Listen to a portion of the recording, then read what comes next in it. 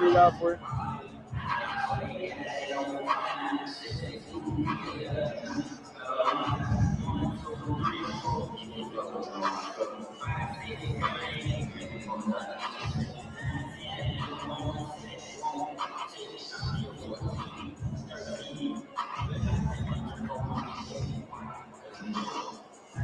Welcome into the Illini Nation pregame show. Brett Barons and Jeremy Warner here live from State College, Pennsylvania.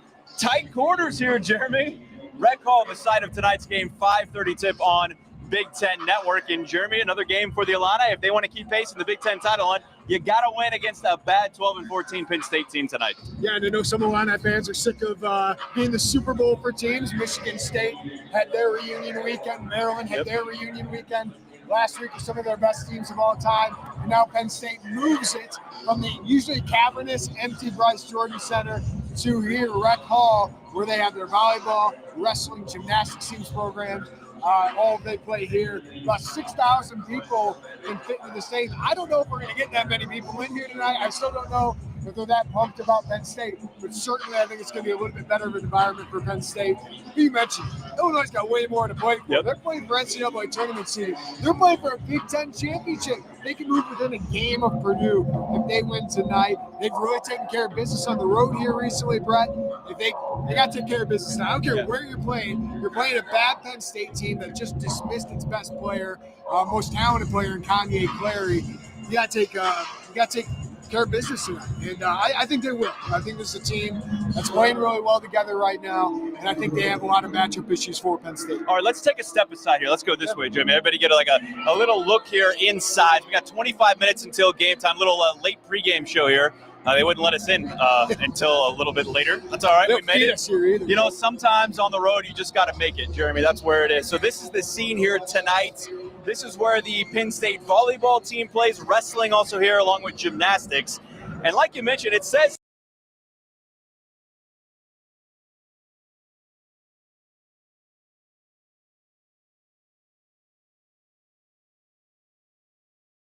it's just a bit different.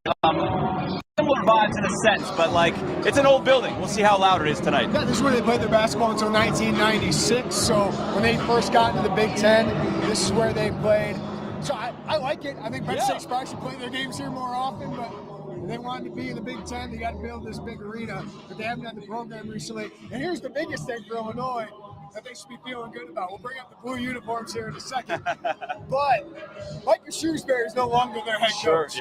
Penn State owned Illinois last year. Brett Underwood complained about Moody Ball. You know what he did? He adopted it himself. He stole that idea from Mike Shrewsbury, and they're running it really, really well. But Mike Roach, the new coach, comes over from VCU, brought a couple of his best players, Ace Baldwin, who I really like as a guard, tough player, physical, really good defensively, and then Nick Kern as well, two of their best players. DeMarco Dunn, now a North Carolina transfer, former top 100 prospect. He's now going into a bigger role. Kanye Clary dismissed from the program. So they have some decent guards. They have some decent size. But it is year one for Mike Roach, and they have a long way to go. You said they might be better without Kanye Clary on the team. Why? They're bigger. You know, Kanye Clary is a very talented scorer, but Ace Baldwin is a point guard. Kanye Clary is a point guard. But Ace Baldwin's about 6'2". He's a bigger, stronger guy. When you had those two on the court, I think it's really opened up Illinois to take advantage of Marcus Domask, Ty Rogers, play that booty ball and spread things out. Now they at least have a little bit more size on the floor. Kern's a decent defender. Dunn is a decent defender. So I think it helps them a little bit in that regard. But they struggle to score, Brett. I mean, Kanye Clary, no matter what you think about him, and obviously there are some issues here, he was a really talented one. They don't have a lot of guys that can go do that outside of Ace Baldwin. All right, so Derek not here, Jeremy here again. Derek doing the three keys and a pick, but give us a little insight about what he thought, what you think, some keys tonight for Illinois to come out of here with a win, which they're 7.5-point favorites. Are you surprised it's even that low a little bit? Road game, different environment. You know you're going to get their best shot. And Penn State has, before this 3-game losing streak, they had a 3-game win streak. They beat Wisconsin during that streak. So I think they were playing a little bit better, and now they're kind of, what do they got? What do they got at the end of the year? How much pride do they have left? We'll see. But Mike Brooks seems usually play pretty well. But they do apply pressure. And while Illinois is taking care of the ball a little bit better here recently, we have seen them late in games have some turnover issues until the Maryland game where they're able to close it out. But they want to force turnovers. You can't get Penn State extra possessions when you're the better team, right? So Illinois, early in the season, had those turnover issues. Late in games, had those turnover issues. But you have a huge rebounding advantage. Penn State's the worst team in the Big Ten in rebounding. Illinois is one of the best. But Quincy Guerrier is really key, right? Okay. He's not been performing to his highest level here recently. You saw Ty Rodgers get the closing minutes and play a little bit better. But those two, especially Rodgers and Guerrier, you really want to own the glass. And I thought closing time, when it came to it, Illinois was able to do it at Maryland. That's my big takeaway from that. If it does get into that kind of second half where it is a little tight, will the crowd be into this? I would expect that. Can they close it out on the road? But they have Big Ten road wins. Like, those are hard to come by. I don't. 4-4 is not a bad Big Ten road record, and I feel like sometimes that gets a little bit overlooked, but there ain't many teams in the Big Ten with as many road wins as Illinois. It's Purdue and Illinois, that's it. They're 4-3. And if they go 5-3, that's what you have to do to win in the Big Ten. We see week after week how hard it is to get road wins. So I know it's Penn State. I know right now they're a bottom 4 team in the Big Ten, but these are still gold, especially when you are chasing Purdue. It's 5-2 on the road. So you got to keep pace. The great part is you have the 2 best players, probably 3 best players on the court. We know how good Coleman Hawk has been playing, but Terrence Shannon's playing at all-American level here recently. We're seeing him kind of come into his own. This crowd's going to be all over him against that. I heard some things on the court being thrown his way. But Marcus Vermask, he's got that shiner black and blue under his eye.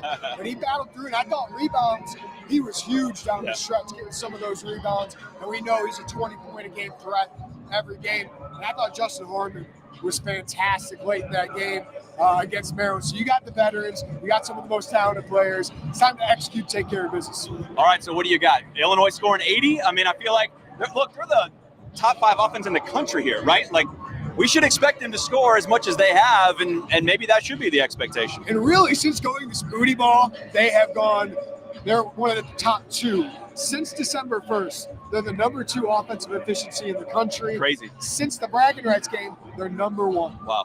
So I know you can complain about little things, this possession here, this possession there. No offense has been more dangerous over the last 2 months than Illinois. Yeah, I got them scoring over 80. I'll go 83-72 Illinois. I do think Penn State, I still got questions about Illinois' defense a little bit. Penn State can shoot it. They got a stretch forward and shoot it. Dunn adds to that shooting as well. But I do think Illinois gets it done. They're just a better team.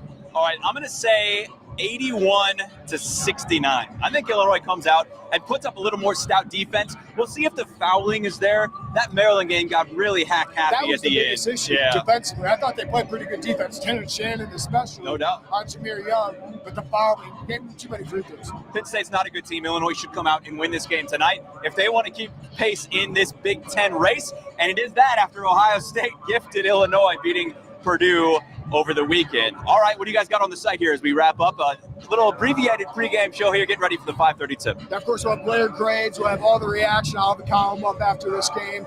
It's Illinois. They keep trying to close the gap with Purdue. And then get tonight. All of a sudden, both teams 5 games left.